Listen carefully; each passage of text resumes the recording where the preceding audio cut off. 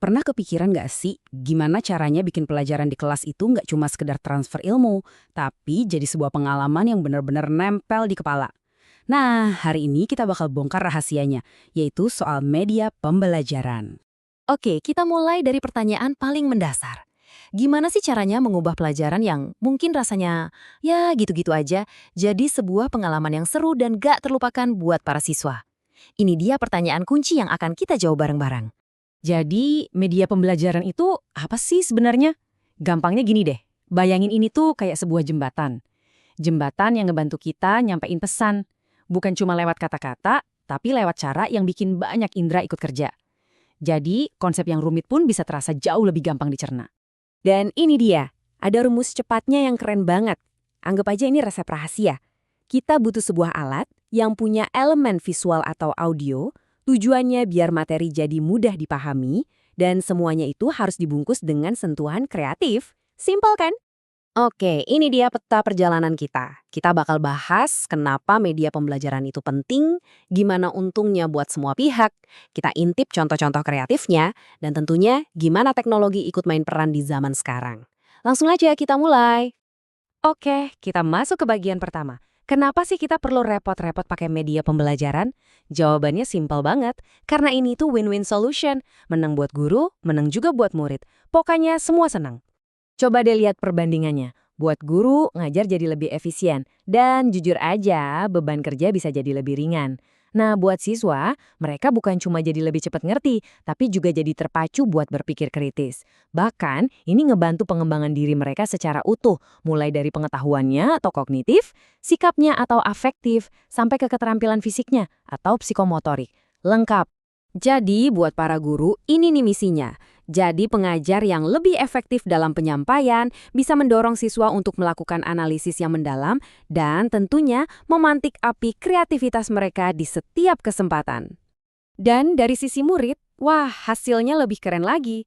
Mereka jadi lebih gampang memahami, belajar jadi terasa lebih cepat, mereka juga aktif berpikir, dan semua aspek kemampuan mereka yang kita sebut KAP tadi ikut tumbuh. Inilah tujuan utama pendidikan yang sebenarnya kan? Oke, teorinya udah dapat ya. Sekarang, bagian yang paling seru, kita beralih dari kenapa ke gimana. Kita bakal lihat beberapa contoh praktis gimana sih media-media ini bisa bikin pelajaran di kelas jadi hidup. Contoh pertama kita, sesuatu yang mungkin kedengeran klasik, tapi kekuatannya jangan diremehin. Media cerita bergambar. Ini metode yang benar-benar ngandelin kekuatan visual buat bercerita. Intinya tuh gini, ini bukan sekedar gambar jejer-jejer ya, ini adalah sebuah narasi visual. Bayangin deh, siswa nggak cuma ngelihat gambar, tapi mereka membangun alur cerita di kepala mereka. Ini cara yang jenius banget buat melatih kemampuan membaca dan berbicara, sekaligus bikin suasana kelas jadi jauh dari kata bosan. Prosesnya juga gampang banget loh. Guru siapin bahannya, siswa mengamati gambarnya, terus mereka coba ceritain ulang, dan terakhir semua menyimpulkan bareng-bareng. Cuma 4 langkah, dan sebuah cerita jadi hidup di tengah-tengah kelas.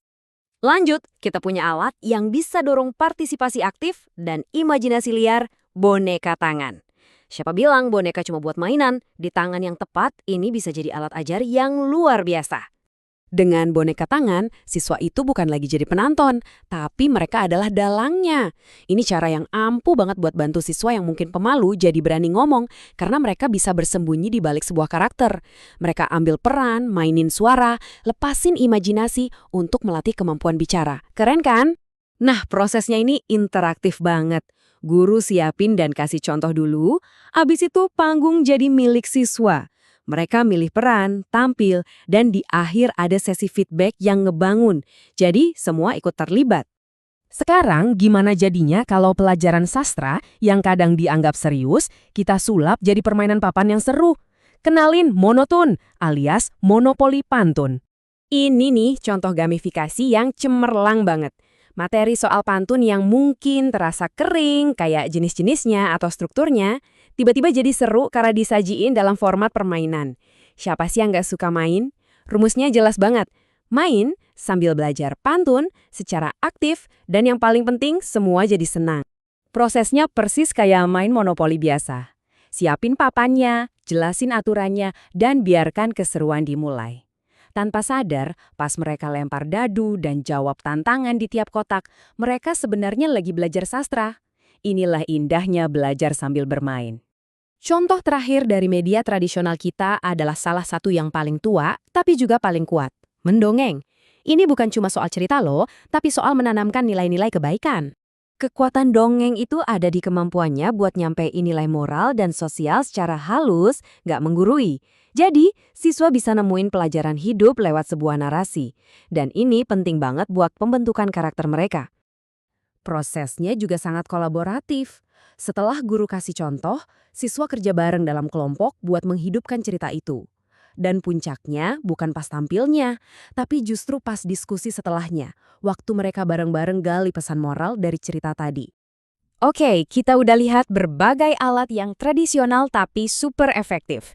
Sekarang, yuk kita lompat ke era digital dan lihat gimana prinsip-prinsip yang sama ini berevolusi di kelas-kelas modern. Alatnya emang ganti ya, dari boneka tangan sekarang jadi aplikasi di tablet, tapi tujuannya tetap sama persis. Contohnya aplikasi Poetry. Aplikasi ini mengubah analisis puisi yang rumit jadi latihan interaktif yang asyik. Sama kayak monoton yang bikin pantun jadi mainan, aplikasi ini bikin sastra jadi tantangan digital. Ini bukti kalau inti dari media pembelajaran itu metodenya, bukan cuma teknologinya. Jadi, pada akhirnya kita bisa lihat, mau itu secari kertas bergambar ataupun aplikasi yang canggih, semuanya itu hanyalah alat. Alat untuk mencapai satu tujuan yang mulia, menginspirasi. Jadi pertanyaannya sekarang bukan lagi apa itu media pembelajaran, tapi dengan semua ide ini, kira-kira apa yang akan kamu ciptakan selanjutnya?